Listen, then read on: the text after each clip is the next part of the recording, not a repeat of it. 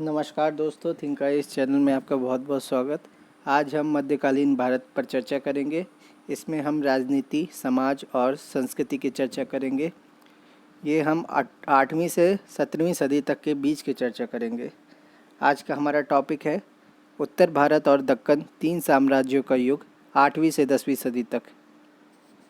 7वीं सदी में हर्ष के साम्राज्य के पतन के बाद उत्तर भारत, दक्कन और दक्षिण भारत में अनेक बड़े राज्य पैदा हुए। उत्तर भारत में गुप्त साम्राज्य और हर्ष के साम्राज्य के समान कोई भी राज्य गंगा की पूरी वादी को अपने नियंत्रण में लाने में सफल नहीं रहा। गंगा की वादी की जनसंख्या और दूसरे संसाधन ही वे आधार थे जिनके सहारे गुप्त राजाओं और हर्ष ने अपना नियंत्रण गुजरात पर स्थापित किया था, जो अपने समृद्ध बंदरगाहों और निर्मित वस्तुओं के कारण विदेशी व्यापार के लिए महत्वपूर्ण था। मालवा और राजस्थान गंगा वादी और गुजरात के बीच की अनिवार्य कड़ी थे। उत्तर भारत में किसी भी साम्राज्य की भौगोलिक सीमाएं इस प्रकार निरूपित होती थीं। दक्षिण भारत में चोल कृष्णा गोदावरी डेल्टा और कावेरी डेल्टा को अपने नियंत्रण में लाने में सफल रहे। दक्षिण भारत में उनके वर्चस्व का आधार यही था। ईस्वी 750 और 1000 ईस्वी के बीच उत्तर भारत और दक्कन में जो बड़े बड़े राज्य उत्पन्न हुए वे थे पाल साम्राज्य, जो 9वीं सदी के मध्य तक पूर्वी भारत पर छाया रहा, प्रतिहार साम्राज्य, जो 10वीं सदी के मध्य तक पश्चिम भारत और गंगा की ऊपरी वादी तक राज्य करता रहा, और राष्ट्रकूट साम्राज्य, जो दक्कन पर राज्य करता रहा और विभिन्न कालों में उत्तर और दक्षिण भारत के इलाकों को भी नियंत्रित करता रहा। हालांकि ये साम्राज्य आपस में लड़ते थे और लड़े रहते थे, पर इनमें से हर एक ने बड़े बड़े क्षेत्र में स्थिर जीवन की परिस्थितियां प्रदान की, कृषि का विस्तार किया, तालाबों नहरों का निर्माण कराया तथा कला और साहित्य को संरक्षण प्रदान किया, जिसमें मंदिर भी शामिल थे। इन तीनों में राष्ट्रकूट साम्राज्य सबसे लंबा चला। यह अपने काल का सबसे शक्तिशाली साम्राज्य ही नहीं था, बल्कि आर्थिक और सांस्कृतिक मामलों में उसने उत्तर और दक्षिण भारत के बीच पुल का काम भी किया।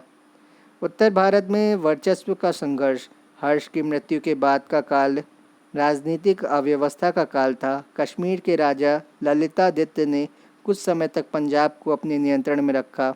उसका नियंत्रण कन्नौज पर भी रहा, जिसे हर्ष के दिनों से ही उत्तर भारत में प्रभुसत्ता का प्रतीक माना जाता था। आगे चलकर यही स्थिति दिल्ली की हो गई। कन्नौज पर नियंत्रण का मतलब गंगा की ऊपरी वादी तथा उसके व्यापार और समृद्ध कृषि संसाधनों पर नियंत्रण प्राप्त कर लेना भी था।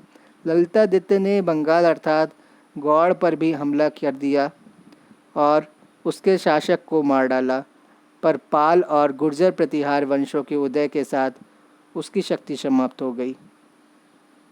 पाल और प्रतिहार बनारस से लेकर दक्षिण बिहार तक के क्षेत्र पर नियंत्रण के लिए आपस में टकराते रहे। इस क्षेत्र में भी समृद्ध संसाधन थे तथा साम्राज्य से संबंधित अपनी सुविकसित परंपराएं थीं। दक्कन के राष्ट्रकूटों से भी प्रतिहारों का टकराव होता रहा। पाल साम्राज्य की स्थापना संभवतः 750 ईस्वी में गोपाल ने की थी। गोपाल ने जब उस क्षेत्र में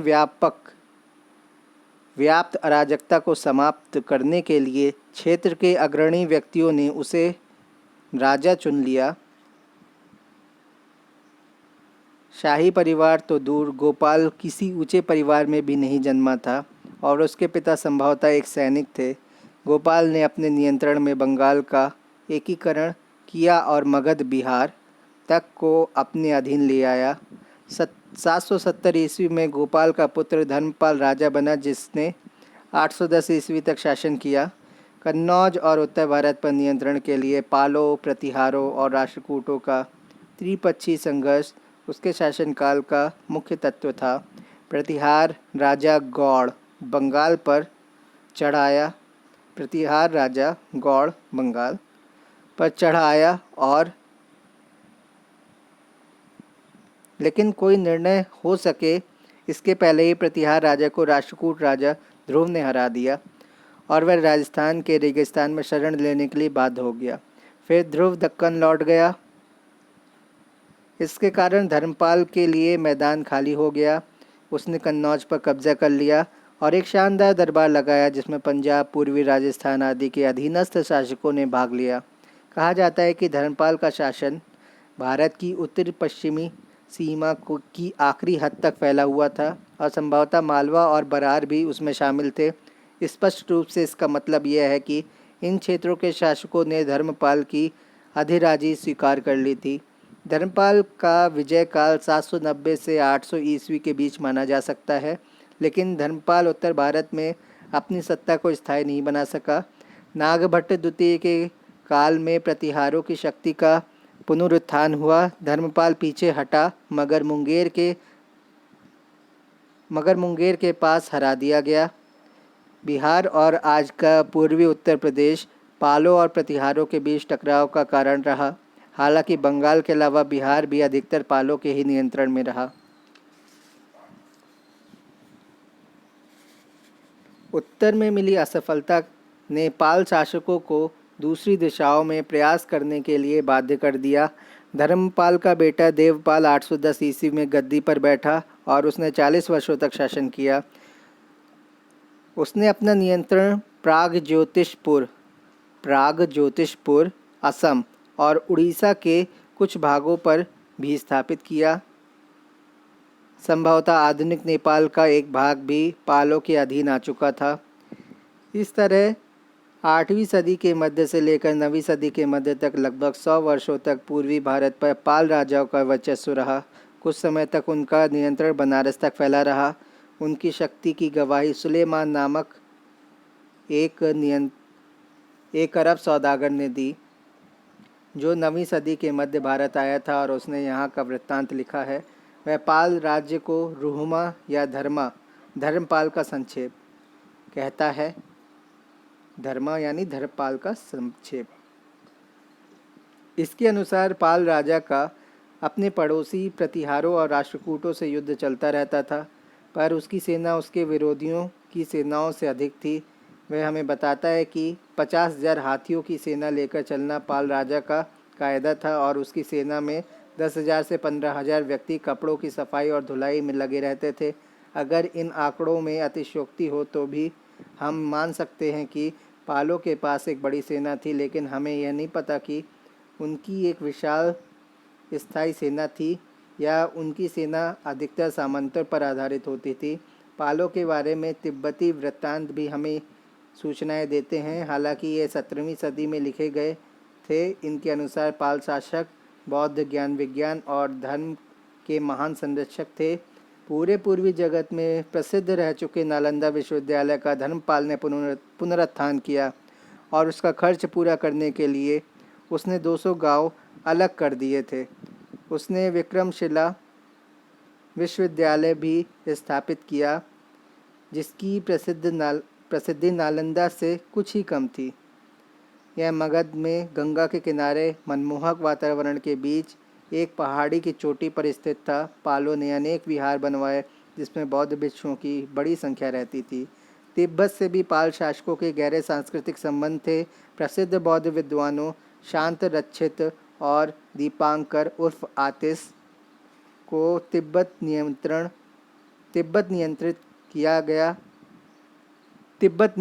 किया गया और उन्होंने वहां बौद्ध धर्म के एक नए रूप को प्रचलित किया। फलस्वरूप अनेक तिब्बती बौद्ध अध्ययन के लिए नालंदा और विक्रमशिला आए। यूँ तो पाल शासक बौद्ध मत के संरक्षक थे, पर शैव और वैष्णव मतों को भी उन्होंने संरक्षण दिया। उन्होंने उत्तर भारतीय ब्राह्मणों की एक बड़ी संख्या को, जो भागकर बंगाल पहुंचे थे, दान दिए। उनकी आबादी के कारण पश्चिम बंगाल में कृषि का प्रसार हुआ और अनेक पशुपालक और खाद्य संग्राहक समुदाय स्थायी रूप से बसकर खेती करने लगे। बंगाल की बढ़ती समृद्धि दक्षिण पूर्व एशिया के देशों अर्थात बर्मा, मलाया, जावा, सुमात्रा आदि के साथ व्यापारिक और सांस्कृतिक संपर्क बनाने में सहायक हुई। दक्षिण पूर्व एशिया और चीन के साथ व्यापार बहुत लाभदायक था, जिससे पाल साम्राज्य की समृद्धि में बढ़ोतरी हुई। इन देशों के साथ व्यापार के कारण बंगाल में सोना और चांदी का भंडार भी बढ़ा। शैलेंद्र शासक जो बौद्ध थे तथा मलाया, जावा, सुमात्रा और पड़ोसी द्वीपों पर राज्य करते थे। उन्होंने पालों के दरबार में अनेक राजदूत भेजे। उन्होंने नालंदा में एक मठ बनाने की अनुमति भी मांगी थी तथा उसके रखरखाव के लिए पाल राजा देवपाल से 5 गांव देने की प्रार्थना भी की थी। यह प्रार्थना मान ली गई। इससे दोनों के बीच घनिष्ठ संबंध का पक्का सबूत माना जा सकता है। इस काल में फारस की खाड़ी क्षेत्र के साथ भी व्यापार बढ़ा। प्रतिहार लंबे समय तक कन्नौज पर शासन करने वाले प्रतिहारों को गुर्जर प्रतिहार भी कहते हैं। अधिकांश विद्वान मानते हैं कि वे गुर्जरों के वंशज थे। जाटों की तरह घुमक्कड़ पशुपालक और योद्धा थे। प्रतिहारों के मध्य और पूर्वी राजस्थान में अनेक रजवाड़े स्थापित किए। प्रतिहारों ने मध्य और पूर्वी राजस्थान में अनेक रजवाड़े स्थापित किए। मालवा और गुजरात पर नियंत्रण के लिए राष्ट्रकूटों से वे टकराते रहे और बाद में कन्नौज के लिए भी, जिसका मतलब गंगा की ऊपरी घाटी पर नियंत्रण पाना था। प्रतिहारों की राजधानी पहले भनीमाल में थी। उन्हें नागभट्ट प्रथम के काल में प्रमुखता मिली। नागभट्ट ने सिंध के अरब शासकों का, जो राजस्थान, गुजरात, पंजाब आदि पर अधिकार जमाने का प्रयास कर रहे थे, जमकर विरोध किया।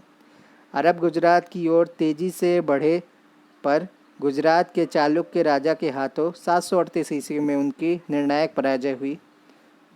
हालांकि छोटी मोटी अरब घुसपैठें जारी रहीं, पर उसके बाद अरब वास्तविक खतरा नहीं रह गए। प्रतिहार राजाओं के गंगा के ऊपरी वादी और मालवा पर नियंत्रण फैलाने के आरंभिक प्रयासों को राष्ट्रकूट शासक ध्रुव और गोपाल तृतीय ने नाकाम कर दिया। राष्ट्रकूटों ने 790 ईस्वी में और फिर 806 से 807 ईस्वी में प्रतिहारों को हराया, किंतु इसके बाद वे दक्कन लौट गए और पालों के लिए मैदान खुला छोड़ गए। संभवतः मालवा और गुजरात पर वर्चस्व रखना और राष्ट्रकूटों का प्रमुख उद्देश्य था। संभवतः मालवा और गुजरात पर वर्चस्व रखना ही राष्ट्रकूटों का मुख्य उद्देश्य था। प्रतिहार साम्राज्य का वास्तविक संस्थापक और इस वंश का महानतम शासक भोज था, राजा भोज। भोज के आरंभिक जीवन या सत्तारोहण के समय के बारे में हम अधिक नहीं जानते। उसने प्रतिहार साम्राज्य का पुनर्निर्माण किया तथा 836 ईस्वी के आसपास कन्नौज को वापस जीत लिया, जो लगभग एक सदी तक प्रतिहार साम्राज्य की राजधानी रहा। भोज ने पूरब में पांव फैलाने की कोशिश की, पर पाल राजा देवपाल ने उसे हराकर आगे बढ़ने से रोक दिया। फिर वह मध्य भारत, दक्कन और गुजरात की ओर मुड़ गया। इससे राष्ट्रकूटों के साथ प्रतिहारों का संघर्ष फिर से शुरू हो गया। नर्मदा किनारे हुई एक खूनी लड़ाई के बाद भोज मालवा के एक अच्छे खासे भाग पर और गुजरात के कुछ भागों पर अपना वर्चस्व बनाए रखने में सफल रहा, पर दक्कन में वह आगे नहीं बढ़ सका। इसलिए उसने फिर उत्तर की ओर अपनी निगाह घुमाई। एक शिलालेख के अनुसार उसका राज्य सतलज नदी के पश्चिमी तट तक फैला हुआ था।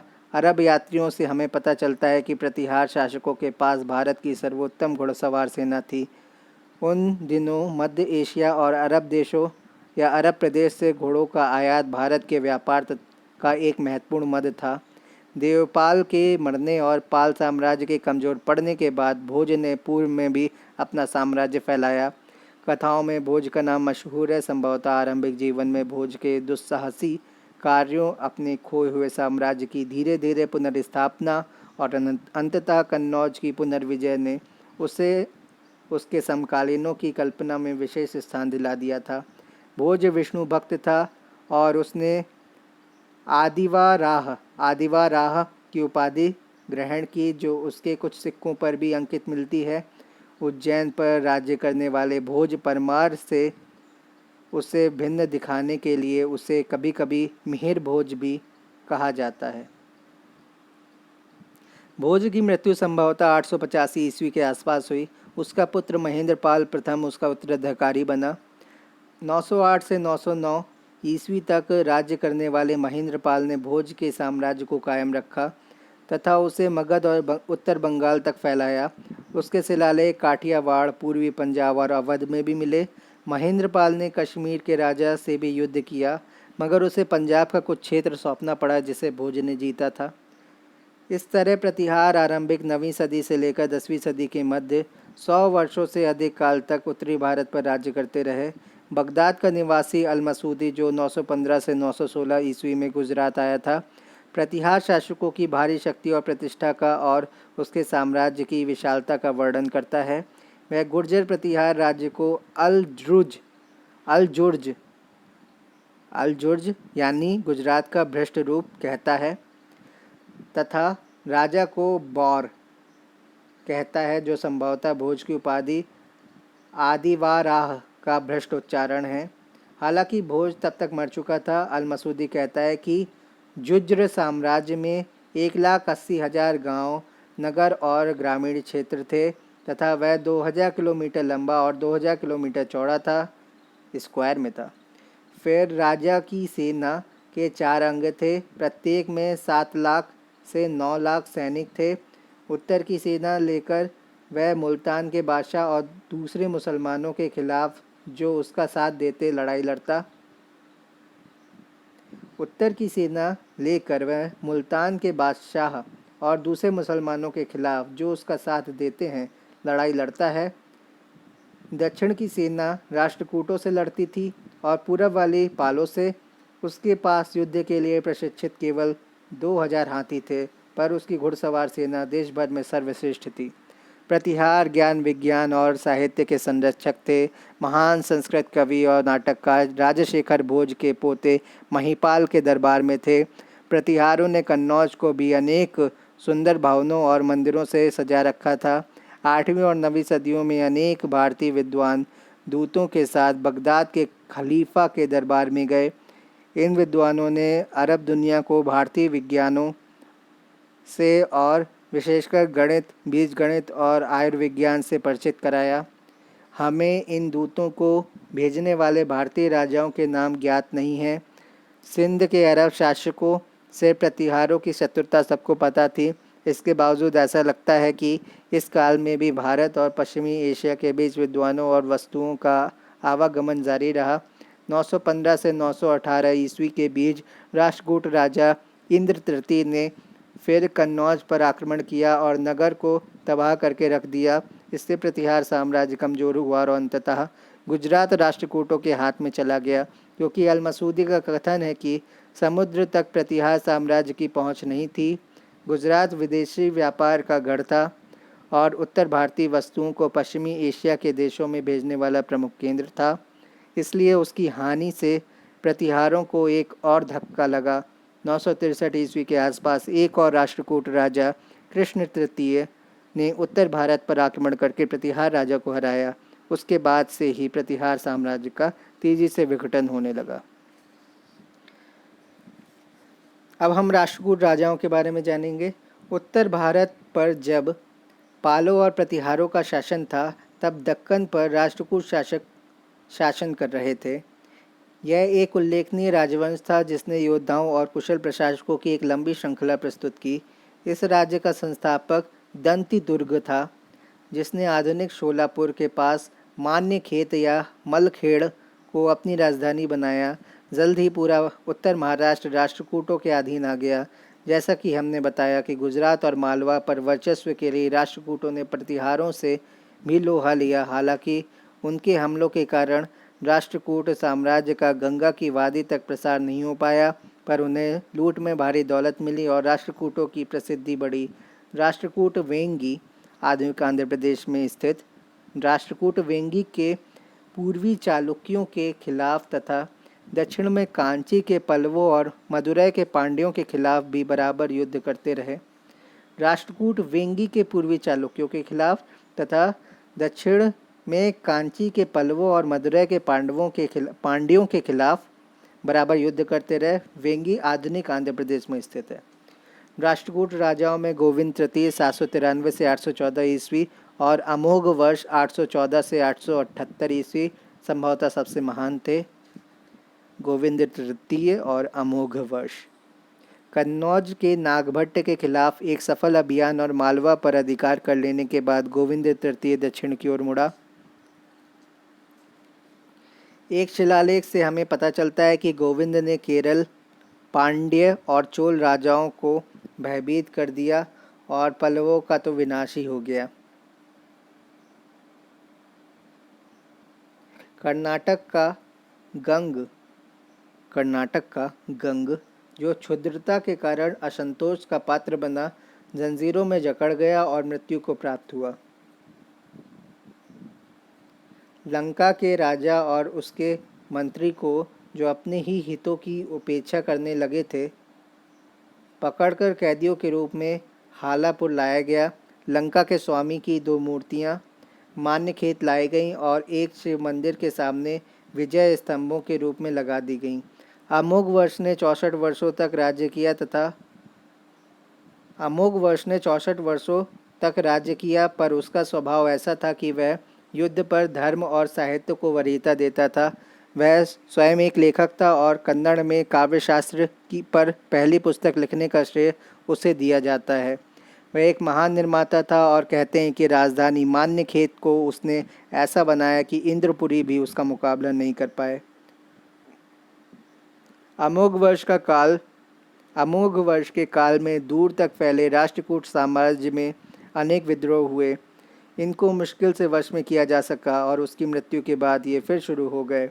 साम्राज्य की पुनर्स्थापना उसके पोते इंद्र तृतीय 915 से 927 ईस्वी ने की।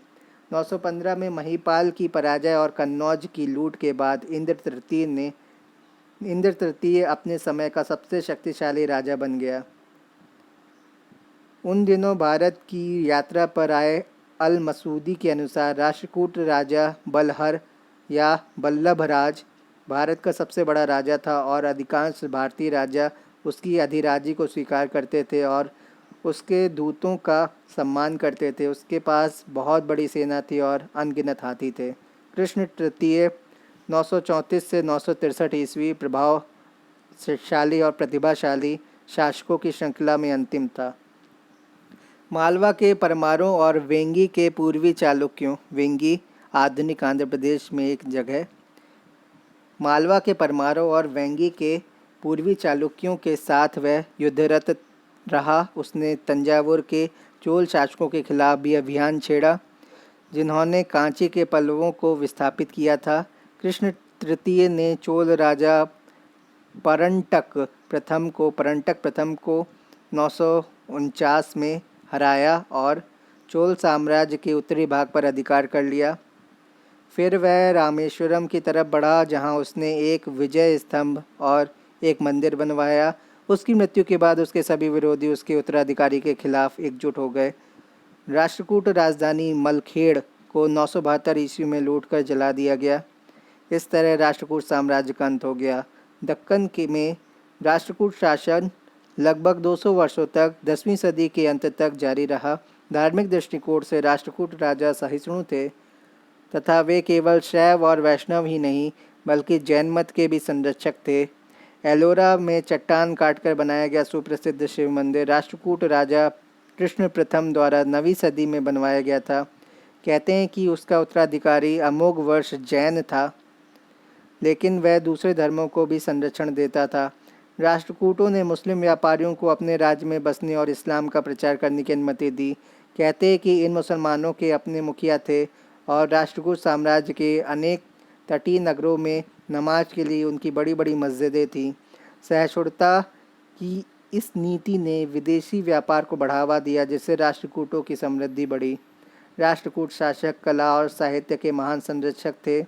उनके दरबारों में हमें संस्कृत के विद्वान ही नहीं, ऐसे कवि और अन्य लोग भी दिखाई देते हैं जो प्राकृत और अपभ्रंश में लिखते थे। ये ही तथाकथित भ्रष्ट भाषाएं थीं जो आधुनिक भारत की विभिन्न भाषाओं का स्रोत थीं। महान अपभ्रंश कवि स्वयंभू और उनका पुत्र संभवतः राष्ट्रकूट दरबार से ही संबंधित थे। राजनीतिक विचार और संगठन। इन साम्राज्यों की प्रशासन की व्यवस्था उत्तर में गुप्त साम्राज्य तथा हर्ष के राज्य और दक्कन में चालुक्यों के आचार विचार पर आधारित थी। शासक पहले की ही तरह सभी मामलों का केंद्र था। वह प्रशासन का प्रमुख भी था और शस्त्र बलों का प्रमुख सेनापति भी। वह एक शानदार दरबार लगाता था। पैदल और घुड़सवार सेना को दालान में रखा जाता था। दालान में युद्ध में पकड़े गए हाथियों और घोड़ों को उसके सामने पेश किया जाता था। राजकीय सहायक सदा उसकी सेवा में तैनात रहते थे। सामंतों, मातहत सरदारों और राजदूतों के आने जाने को वे ही नियंत्रित करते थे तथा उन अन्य उच्च अधिकारियों पर नज़र रखते थे जो नियमित रूप से राजा की सेवा में थे। राजा ही न्याय भी करता था। दरबार राजनीतिक मामलों और न्याय ही नहीं, सांस्कृतिक जीवन का भी केंद्र होता था।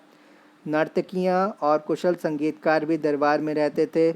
उत्सव के अवसरों पर राज परिवार की महिलाएं भी दरबार में उपस्थित रहती थीं।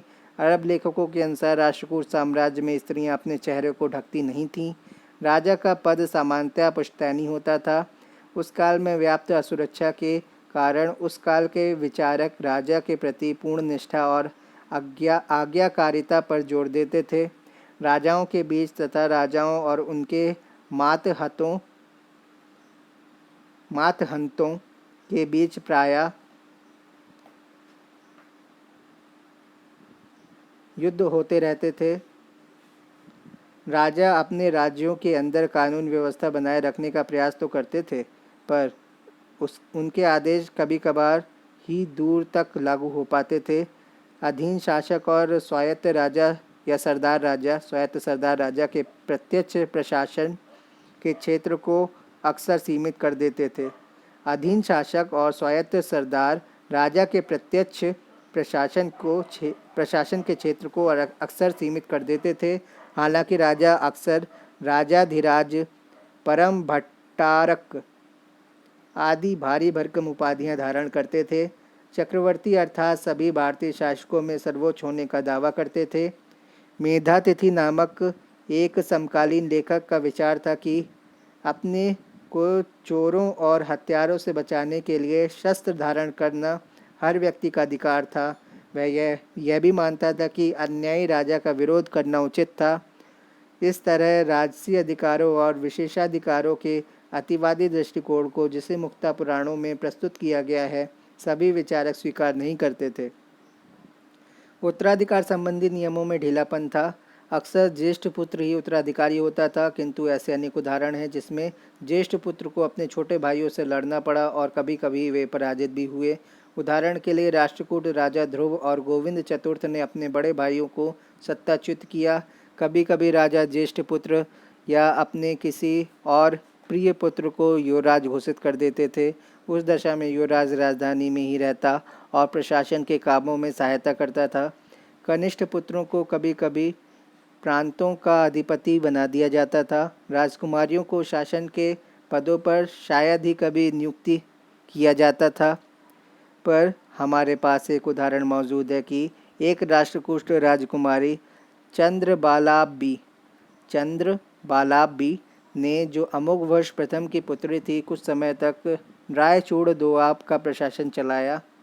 राजा को सलाह देने के लिए प्रायः कई मंत्री होते थे। मंत्रियों को चुनाव राजा आमतौर पर प्रमुख परिवारों में से करता था।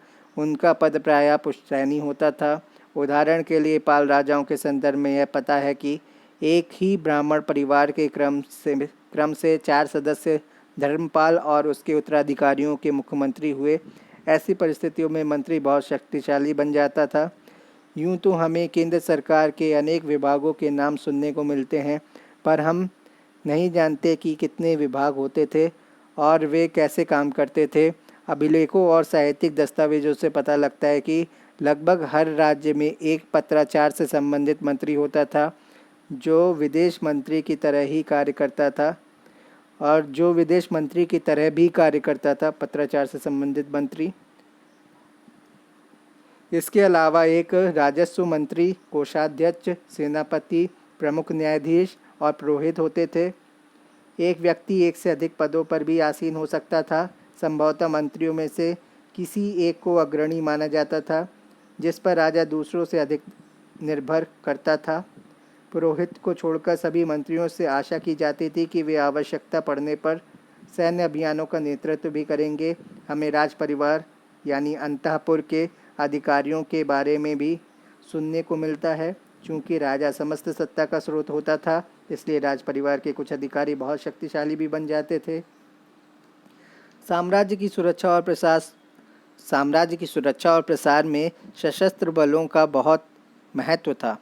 हमने अरब यात्रियों के इस साक्ष्य को पहले ही उद्धृत किया है कि पाल, प्रतिहार और राष्ट्रकूट राजाओं के पास विशाल सुसंगठित पैदल और घुड़सवार सेनाएं थीं और बड़ी संख्या में जंगी हाथी थे। हाथियों को शक्ति का आधार मानकर उन्हें बहुत महत्व दिया जाता था। हाथियों की सबसे बड़ी संख्या पाल राजाओं के पास थी। राष्ट्रकूट और प्रतिहार राजा दोनों ही समुद्र के रास्ते अरब और पश्चिम एशिया से तथा स्थल के रास्ते खुरासान, पूर्वी फारस और मध्य एशिया से बड़ी संख्या में घोड़ों का आयात करते थे। माना जाता है कि प्रतिहार राजाओं के पास देश भर में सबसे अच्छी घुड़सवार सेना थी। युद्ध के रथों का कोई हवाला नहीं मिलता, जिसका प्रचलन समाप्त हो चुका था। कुछ राजाओं, खासकर राष्ट्रकूटों के पास किले बड़ी संख्या में थे। उनमें विशेष दस्ते तैनात रहते थे और उनके अपने अलग कमांडर होते थे। पैदल सेना में नियमित और अनियमित सैनिक होते थे तथा मातहत राजाओं के भर्ती किए हुए सैनिक अस्थायी सैनिक भी थे तथा मातहत राजाओं के भर्ती किए हुए अस्थायी सैनिक भी। नियमित सैनिक प्रायः पुश्तैनी होते थे तथा कभी कभी देश के विभिन्न भागों से भर्ती किए जाते थे। उदाहरण के लिए पालों की पैदल सेना में मालवा, खस यानी असम, लाट यानी दक्षिण गुजरात और कर्नाटक से आए सिपाही शामिल थे। पाल राजाओं की और संभवतः राष्ट्रकूटों की भी अपनी नौसेनाएं थीं, लेकिन उनकी शक्ति और संगठन के बारे में हम कुछ अधिक नहीं जानते। इन साम्राज्यों में सीधे प्रशासित क्षेत्र भी थे और अधीन सरदारों द्वारा प्रशासित क्षेत्र भी। सरदारों के क्षेत्र, जहाँ तक अंदरूनी मामलों का सवाल है, स्वायत्त होते थे। सरदार राजा के प्रति निष्ठा रखते थे। वे राजा को निर्धारित कर या नजराना देते थे, टैक्स देते थे और उसे निर्धारित संख्या में सैनिक भी प्रदान करते थे। कभी कभी विद्रोह की संभावना से बचने के लिए सरदार के एक बेटे का राजा की सेवा में रहना आवश्यक बना दिया जाता था। इन सरदारों से विशेष अवसरों पर राजा के दरबार में उपस्थित होने की और कभी कभी तो उनसे राजा या उसके किसी बेटे से अपनी एक बेटी ब्याहने की आशा की जाती थी। लेकिन ये अधीन सरदार हमेशा स्वतंत्र होने का प्रयास करते रहते थे तथा उनके और राजा के बीच प्रायः युद्ध होते रहते थे। उदाहरण के लिए राष्ट्रकूटों को वेंगी यानी आंध्र प्रदेश और कर्नाटक के सदस्यों से एवं कर्नाटक और आंध्र प्रदेश यानी वेंगी के सरदारों से या प्रतिहारों को मालवा के परमारों और बुंदेलखंड के चंदेलों के खिलाफ हमेशा लड़ना पड़ता था। उदाहरण के लिए राष्ट्रकूटों को वेंगी, आंध्र प्रदेश और कर्नाटक के सरदारों से या प्रतिहारों को मालवा के परमारों और बुंदेलखंड के चंदेलों के खिलाफ हमेशा लड़ना पड़ता था। पाल और प्रतिहार साम्राज्यों में प्रत्यक्ष प्रशासित क्षेत्र भुक्ति यानी प्रांतों और मंडल या विषय यानी जिलों, भुक्ति प्रांत को कहते हैं, मंडल एवं विषय जिलों को कहते हैं, में विभाजित था। पाल और प्रतिहार साम्राज्यों में प्रत्यक्ष प्रशासित क्षेत्र भुक्ति प्रांतों और मंडल या विषय जिलों में विभाजित था। प्रांत का अधिपति उपरिक और जनपद का अधिपति विषयपति कहलाता था। उपरिक से भू राजस्व जमा करने और सेना की सहायता से कानून व्यवस्था बनाए रखने की आशा की जाती थी। विषयपति से यही कार्य अपने क्षेत्र में करने की अपेक्षा की जाती थी। इस काल में छोटे सरदारों की संख्या बढ़ी। उनको सामंत या भोगपति कहा जाता था तथा अनेक गांवों पर उनका प्रभुत्व होता था। विषयपति और इन छोटे सरदारों का आपस में हेरफेर होता था और आगे चलकर दोनों के लिए बिना किसी भेद के सामंत शब्द का प्रयोग किया जाने लगा। राष्ट्रकूट साम्राज्य में प्रत्यक्ष प्रशासित क्षेत्रों को राष्ट्र प्रांतों, विषय और भुक्ति में विभाजित किया गया था। राष्ट्र का प्रमुख राष्ट्रपति कहलाता था और उसका कार्यभार वही था जो पाल और प्रतिहार साम्राज्य में उपरिक का था। विषय आज के जिले के समान था और भुक्ति उससे भी छोटी इकाई था। पाल और प्रतिहार साम्राज्य में विषय से छोटी इकाई को पत्तल कहते थे। इन छोटी इकाइयों की ठीक ठीक भूमिका ज्ञात नहीं है। लगता है कि भू राजस्व वसूल करना और कुछ कुछ कानून व्यवस्था पर ध्यान देना उनका मुख्य उद्देश्य था। ऐसा प्रतीत होता है कि सभी अधिकारियों को पारिश्रमिक के रूप में राजस्व मुक्त भूमियां दी जाती थी। सभी अधिकारियों को पारिश्रमिक के रूप में राजस्व मुक्त भूमियां दी जाती थीं। इससे स्थानीय अधिकारियों तथा पुश्तैनी सरदारों और छोटे मातहत सरदारों का अंतर धुंधला जाता था। इसी तरह राष्ट्रपति या प्रांतीय शासक कभी कभी एक अधीनस्थ राजा की स्थिति और पदवी भी पा जाता था। इन क्षेत्रीय विभाजनों के नीचे गांव होता था। गांव प्रशासन की बुनियादी इकाई था। गांव का प्रशासन गांव के मुखिया और लेखाकार द्वारा चलाया जाता था। ये आमतौर पर पुश्तैनी होते थे। उन्हें राजस्व मुक्त भूमि के रूप में भुगतान किया जाता था। अक्सर मुखिया को अपने काम में गांव के बुजुर्गों से सहायता मिलती थी, जिनको ग्राम महाजन या ग्राम महत्तर कहते थे। ऐसा मालूम होता है कि राष्ट्रकूट साम्राज्य में, विशेषकर कर्नाटक में, स्थानीय विद्यालयों, तालाबों, मंदिरों और सड़कों की देखभाल के लिए ग्राम समितियां होती थीं। वे ट्रस्ट के तौर पर धन या संपत्ति ग्रहण कर सकती थी और उसका प्रबंधन भी कर सकती थी। ये उप समितियाँ मुखिया से घनिष्ठ सहयोग बनाए रखकर काम करती थीं और जमा राजस्व का एक भाग पाती थीं। मामूली विवाद इन समितियों द्वारा तय किए जाते थे। ऐसी ही समितियाँ नगरों में भी थीं और दस्तकार संघों के प्रमुख भी उनसे जुड़े होते थे। नगरों और आसपास के क्षेत्रों में कानून व्यवस्था कायम रखना कोष्ठपाल या कोतवाल की जिम्मेदारी होती थी। कोतवाल से जुड़ी अनेक कहानियाँ प्रचलित हैं। दक्कन में नाद गवुंड या देश ग्रामकूट कहलाने वाले पुश्तैनी राजस्व अधिकारियों का उदय इस काल की एक प्रमुख विशेषता है। लगता है कि उनके कार्य वही थे जो बाद के काल में महाराष्ट्र के देशमुख और देशपांडे के जिम्मे आए।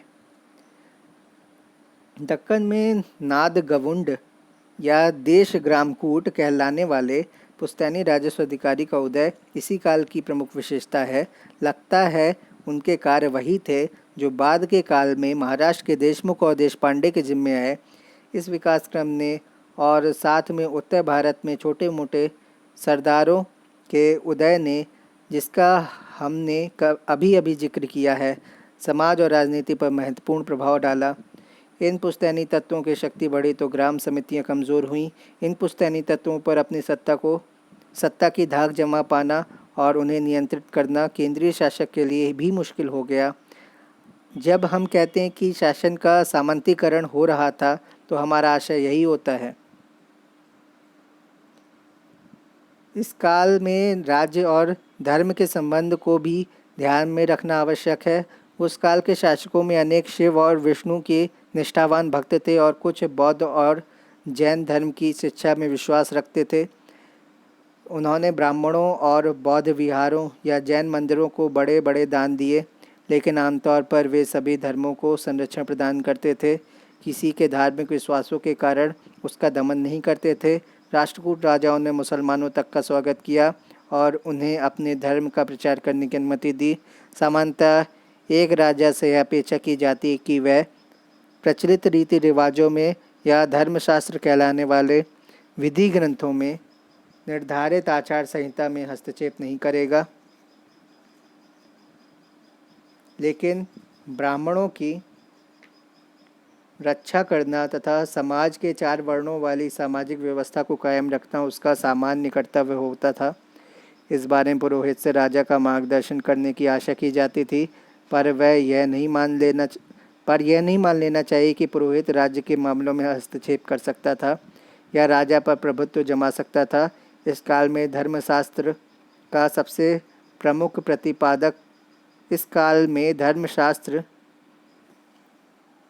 के सबसे प्रमुख प्रतिपादक थे मेधातिथि। धर्मशास्त्र के सबसे प्रमुख प्रतिपादक मेधातिथि, जिनका कहना था कि राजा की सत्ता का स्रोत धर्मशास्त्र, जिसमें वेद भी शामिल थे, और अर्थशास्त्र दोनों हैं।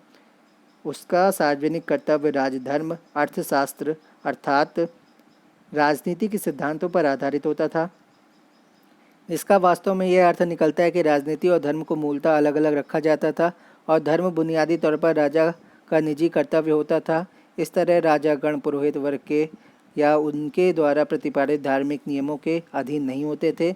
फिर भी शासकों के पद को वैधता प्रदान करने और उसे शक्ति देने के लिए धर्म का महत्व था। इसलिए अनेक राजाओं ने प्रायः अपनी राजधानियों में मंदिर बनवाए और मंदिरों तथा ब्राह्मणों के रखरखाव भरण पोषण के लिए भारी भारी भूमि दान दिए।